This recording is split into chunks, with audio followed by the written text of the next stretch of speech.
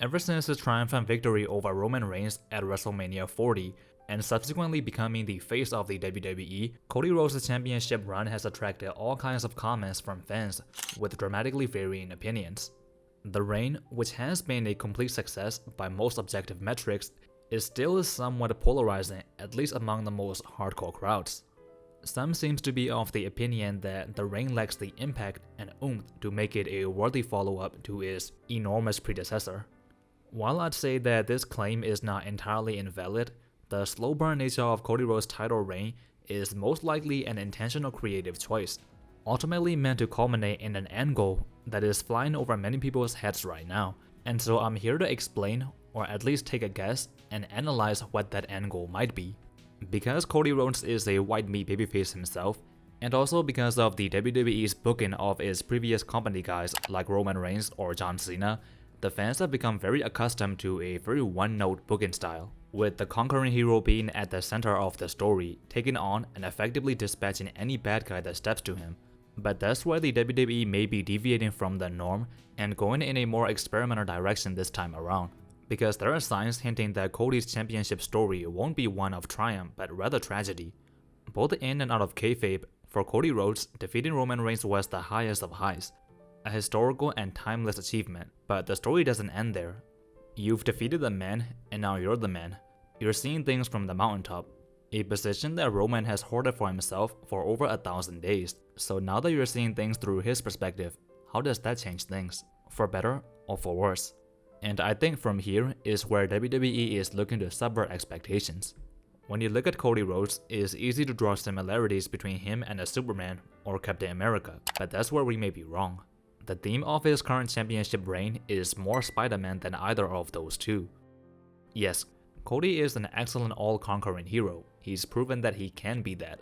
However, carrying the entire company on his back and being the one that everyone is chasing after is foreign territory for Cody, and sometimes the thing you worked so hard for, the only thing that you ever wanted, can end up being the thing you wish you never had. In as little as 7 months, the burden of being champion has taken Cody to places that he has never been to before.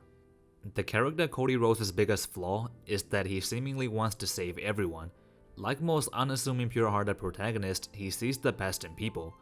But can you really move like that in the treacherous environment that is pro wrestling? Probably not. The first time Cody's good heart ended up biting him in the back was when he showed genuine love for a quote-unquote retiring AJ Styles, leaving himself completely open to be betrayed and blindsided by AJ, who just wanted a rematch out of Cody. And not long after this blunder, the Bloodline 2.0 set their sights on Cody and made it their mission to make his life hell. But it's fine though, because Cody has some very trustworthy companions by his side in Kevin Owens and Randy Orton. But unfortunately, this would not last either. Following his victory over Solo Sikoa, Cody Rhodes went out of his way to gift Kevin Owens with a championship match. However, the latter wasn't too thrilled about this, deeming himself to be largely unworthy, creating another instance where Cody's excessive kindness created unnecessary drama. And even more alarming was that throughout this whole saga, it looked as if Kevin Owens was fighting some intrusive thoughts, trying not to go back to his old ways. Thankfully, he resisted those thoughts for the time being. But that was only until, again, the diplomat that is Cody ruined it. When Roman Reigns returned and feuded with the new bloodline, that created sort of an awkward dynamic between the two former rivals. But despite the constant tensions, Cody and Roman ended up teaming together, and this made Kevin Owens feel abandoned and betrayed by the one person that he trusted, and helped defeat the bloodline on not one but 2 WrestleMania straight. And mind you, he respected this guy so much that he even tried to resist his own nature. So after this quote-unquote betrayal, the floodgates opened for KO and he just snapped.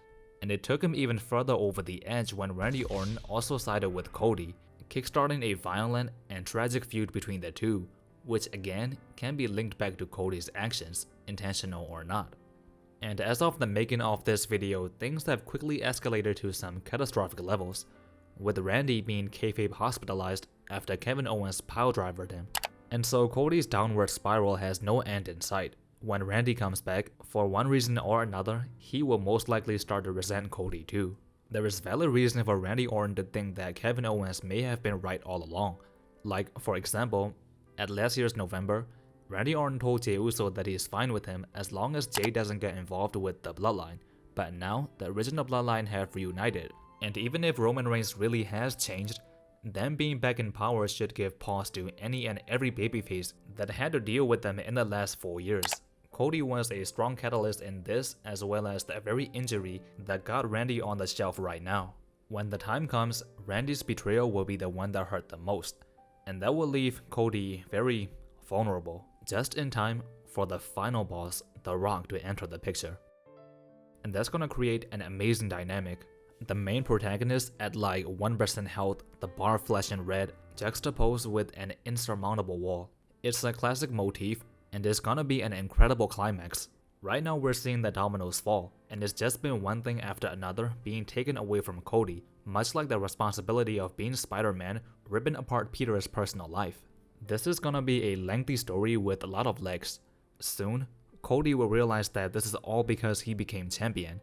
The thing that was his lifelong dream has suddenly turned into a nightmare. In the end, was it even worth it?